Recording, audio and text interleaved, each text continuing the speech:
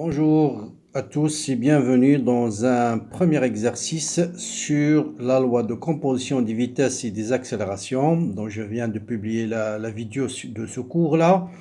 Ça peut vous apparaître des formules assez compliquées et je vais vous montrer que souvent dans le cas pratique, les choses deviennent relativement simples. Voilà, je vais commencer par un exercice numéro 1 qui est le suivant.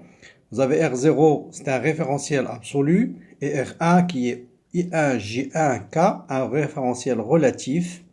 Vous avez un point M qui est assujetti à se déplacer sans frottement le long de la tige OA, solidaire avec l'axe OI1, donc voilà l'axe OI1. La tige OA est tout le temps dans le plan OIJ, ça veut dire là, dans le plan IJ est confondu avec le plan I1J1. Il effectue un mouvement de rotation avec θ de t égale oméga t. Donc vous voyez, autour de l'axe OK. Donc la rotation se fait autour de l'axe K. On vous donne OM est égal à R de t fois I1. Donc le point M, il peut se déplacer sur la tige, sur le OI1, avec l'équation qui est R est égal à A sur 2 t carré. Toutes les grandeurs doivent être exprimées, donc il faut faire toujours attention, suivant dans quelle base on vous demande de déterminer les réponses. Voilà, donc la question c'est bien sûr déterminer la vitesse absolue et l'accélération absolue de ce point matériel. Bien, voilà, je rappelle la loi de composition des vitesses, je viens de le démontrer. Donc la vitesse absolue, vous pouvez la déterminer soit en dérivant directement au AM par rapport au repère absolu, soit en calculant la vitesse relative et la vitesse d'entraînement. Dans le cas général, la vitesse relative, c'est la dérivée de O de M sur dt par rapport au repère mobile. O2, c'est l'origine du repère mobile. Et la vitesse d'entraînement, c'est la vitesse de O2, qui est l'origine du repère mobile dans le repère absolu, plus oméga vectoriel O de M. Dans notre cas, O1 est confondu avec O2. Et vous voyez bien que vous avez V de A va se réduire à la vitesse relative. Donc ce terme est égal à 0, plus oméga vectoriel OM. Voilà déjà une première simplification. Donc on va essayer de déterminer la vitesse relative et la vitesse d'entraînement. Là on est dans le cas d'une pure rotation. Bien. Pour la vitesse d'entraînement, pour la vitesse relative, qui est la plus simple, donc la vitesse du point M par rapport à R1, dans R1, qui est par définition dérivée de O de M sur D de T, je dérive par rapport à R1. Je vous rappelle que O de M, c'est égal à 1 demi à T carré suivant I1. Encore une fois, je répète, si je dérive par rapport à I1, par repère R1, I1 il est fixe, le vecteur unitaire I1 il est fixe. Donc cette dérivée va se réduire à la dérivée de t carré, c'est 2 fois divisé par 2, c'est 1, a fois t suivant I1. Voilà la vitesse relative. Donc vous voyez, c'est extrêmement simple. Donc là, il faut faire attention là, quand je calcule la vitesse relative, je dérive le vecteur OM par rapport au repère relatif. Et si je dérive par rapport au repère relatif, les vecteurs I1 et J1 sont des vecteurs qui sont constants. Bien. Pour la vitesse d'entraînement, vous avez deux manières de déterminer la vitesse d'entraînement. Soit de dire la vitesse d'entraînement, c'est la vitesse du point P de R', c'est-à-dire de repère mobile, qui coïncide avec le point M à l'instant T. C'est-à-dire vous avez un point P qui coïncide avec M à l'instant T. Quel est son mouvement dans le repère absolu? Vous voyez bien que si je prends un point P qui est fixe dans le repère relatif, puisque ce repère tourne avec une vitesse angulaire oméga autour de l'axe K, le mouvement de M, ou bien trajectoire de M, ce sera un cercle de rayon OP, de rayon petit r. Or, la vitesse d'un mouvement circulaire, c'est tout simplement V est égal à R oméga, suivant Oθ. R oméga, ici Oθ, il est noté J1. R oméga suivant J1. Donc là, vous voyez que I1, en fait, c'est tout simplement le vecteur ER en coordonnées polaires, et J1, c'est le vecteur Oθ, hein, pour ne pas se perdre. Donc, je peux dire tout de suite que la vitesse d'entraînement, c'est égal à R oméga fois J1. Vous voyez? Mais je vais la démontrer en utilisant les formules que j'ai données dans le cours. Donc, on a dit que dans ce cas-là, la vitesse d'entraînement se réduit, la vitesse d'entraînement à oméga vectoriel OM, Bon, souvent oméga là, puisque le repère tourne avec un vecteur Oθ dans le plan XY, oméga bien sûr va être suivant K, mais des fois on vous demande de démontrer cette relation. Pour trouver oméga, voilà la formule qu'il faut utiliser. Vous allez prendre un vecteur lié au repère mobile, par exemple I1, et vous allez calculer la dérivée de I1 sur D de T par rapport au repère fixe.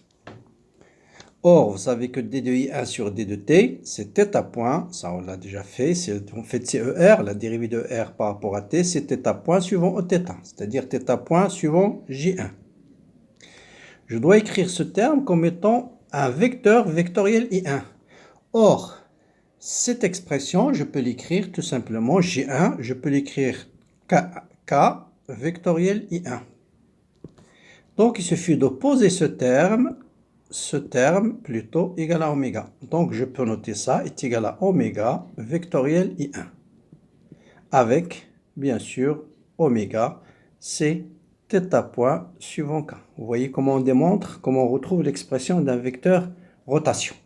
Donc, on prend un vecteur qui est lié au repère mobile et je calcule sa dérivée par rapport au repère fixe et je montre qu'il est égal à un certain vecteur vectoriel, ce vecteur-là. Et ce vecteur, c'est tout simplement le vecteur rotation. Donc, si je connais le vecteur rotation, je peux déterminer facilement la vitesse d'entraînement par la relation oméga. Bon, oméga ou oméga, je le note des fois comme ça, des fois comme ça. C'est la même chose, hein, c'est le même terme. Donc, c'est oméga vectoriel OM. Donc, c'est θ point suivant K vectoriel OM qui est A sur 2 T carré suivant I1. Ce qui implique que la vitesse d'entraînement, ça sera A sur 2 T carré, θ point, K vectoriel I1 chez J1. Voilà ma fameuse, bien sûr, c'est un vecteur. Voilà ma vitesse d'entraînement. Donc, est égal à θ point ou oméga. θ point, bien sûr, c'est oméga. C'est oméga A sur 2 fois T carré suivant J1. Bien. Passons maintenant aux accélérations. Bien sûr, les accélérations, voilà ce qu'on a vu dans le cours, dans le cas général. Donc, vous avez l'accélération relative, qui est la dérivée de la vitesse relative par rapport au repère mobile. L'accélération de Coriolis, qui est 2 oméga vectoriel, la vitesse relative. Et l'accélération d'entraînement, qui est l'accélération de l'origine du repère mobile par rapport au repère fixe, plus 2 oméga sur dt vectoriel O de m, plus oméga vectoriel OM. Dans notre cas, OA égale à O2 est égal à O, donc ce terme égale à 0. Oméga égale constante, ce terme égale à 0. Donc, vous voyez qu'il vous reste juste, pour l'accélération relative, c'est ce terme, l'accélération de Coriolis, ce terme, et l'accélération d'entraînement, uniquement ce terme. Donc, on va faire le calcul. Donc, pour l'accélération relative, donc c'est la dérivée de la vitesse relative. Donc, je rappelle que la vitesse relative, on avait trouvé vitesse relative, c'est R oméga suivant... Non, ça c'est la vitesse d'entraînement. Vitesse relative, c'est AT suivant I1. AT suivant I1. Donc, c'est la dérivée de AT suivant I1 sur D de T par rapport à R1. Donc, je rappelle que la dérivée de I1, c'est nul. Donc, il suffit de dériver A fois T. Donc, ça vous donne A fois I1.